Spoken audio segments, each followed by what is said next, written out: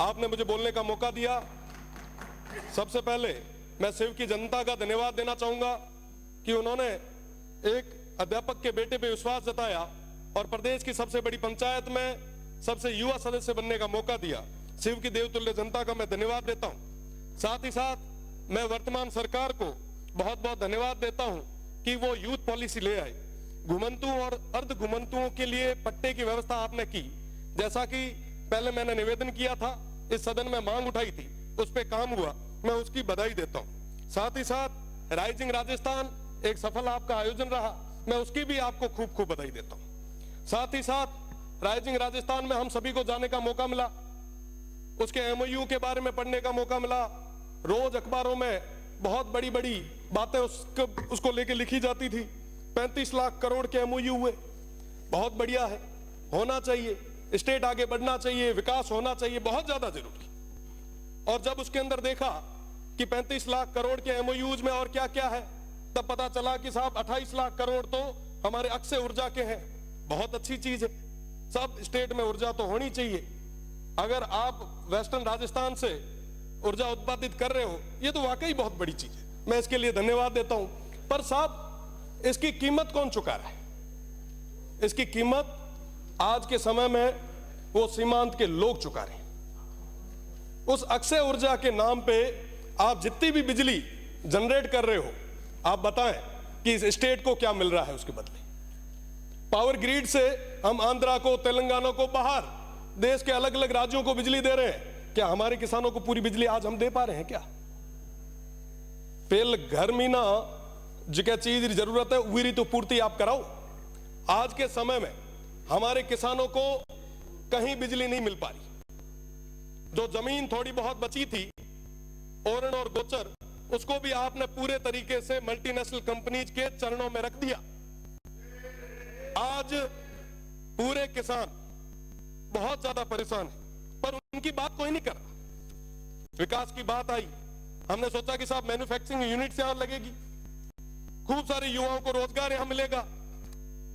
कई सारे लोगों ने तो कहा कि साहब विकास तो आपके वेस्टर्न राजस्थान में बरस जाएगा, आप देखो क्या होता है। वही सपने हमें दिखाए गए जो रिफाइनरी आई उस समय हमें दिखाए। हमें कहा गया साहब ये आने वाले समय में दुबई बनेगा, जैसे शेखों के पास में रॉयल्स रॉयस की गाड़ी है वैसी आपके पास भी होगी। यहां पे अपार संभावना है। बदले में क्या हुआ? आज भी वो पश्चिमी राजस्थान, वो सीमांत के लोग वहीं खड़े। आज पुनः वैसे सपने उन भोले भाले लोगों को दिखाए जा रहे। उनको बताया जा रहा है कि साहब आपके यहां रेवेन्यू जनरेट होगा, विकास होगा। साहब सौर ऊर्जा का जो एक प्लांट लगता है ना, लगने के बाद में 2 गार्ड के अलावा तीसरा आदमी नहीं लगता वहां। और रही बात दूसरी, पहले वो प्लेट साफ करने के लिए एक आधा कोई आदमी लगाया करते थे, आजकल तो उसका भी रोबोट आ गया।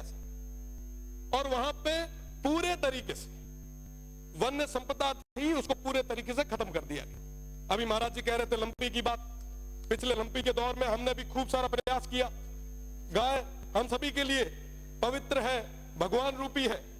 पर साहब आप बताएं कि जब ये ओरण और गोचर खत्म हो जाएगा तो वो गौ माता कहां जाएगी? आज उसकी बात कौन कर रहा है? पिछले दिनों भैया गांव में ओरण पे अनैतिक तरीके से, अवैध तरीके से वो अलॉटमेंट हो रहे थे। हमने मांग उठाई, वो लड़ाई लड़ी, बदले में क्या? मुकदमे। क्या मुकदमों से डरा दोगे? क्या मुकदमों से दबा दोगे? मैं आपको कहना चाहूंगा कि वाकई अगर आप चाहते हो, वाकई अगर आप युवाओं के साथ हो, वाकई आप अगर किसानों के साथ हो, मैं आपसे निवेदन करना चाहूंगा कि आप 70% अनस्किल्ड और सेमी स्किल्ड में प्राइवेट जॉब्स में रिजर्वेशन लाएं और कहें कि साहब जहां पे ये काम हो रहा है वहां के युवाओं को हम वरीयता देंगे। आप लाए? आप नहीं ला पाएंगे। मैं चैलेंज करता हूं, अगर आप ले आ पाए तो आप कहोगे वहां खड़े रहने के लिए हम लोग तैयार हैं। साहब आज इस तरीके से आप ये जो काम कर रहे हैं वाकई बहुत दुखद है। लाखों की संख्या में खेजड़ियां कट रही है, वन्य संपदा खत्म हो रही है। आप याद करो तेजाजी महाराज को, बाबू जी को, हड़बू जी को, अमृता देवी जी को, जंबेश्वर भगवान को। सब पर्यावरण के लिए उन्होंने कीजिए। पर्यावरण के लिए उन्होंने क्या क्या नहीं किया, पर आज बदले में क्या हो रहा है? हम एक तरफ एक पेड़ मां के नाम लगा रहे हैं और दूसरे तरफ 100 पेड़ किसके नाम पे काट रहे हैं। जवाब मांगती है ये जनता, स्टेट देख रहा है।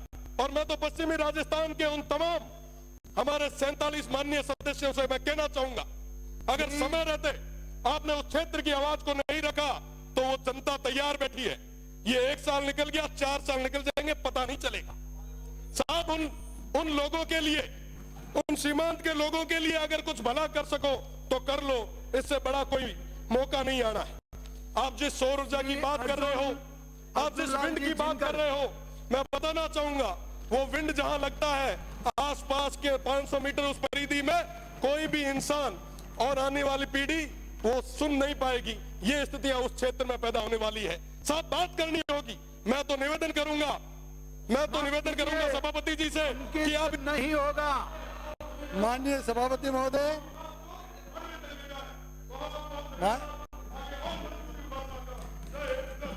माननीय सभापति महोदय, मैं महामहिम राज्यपाल महोदय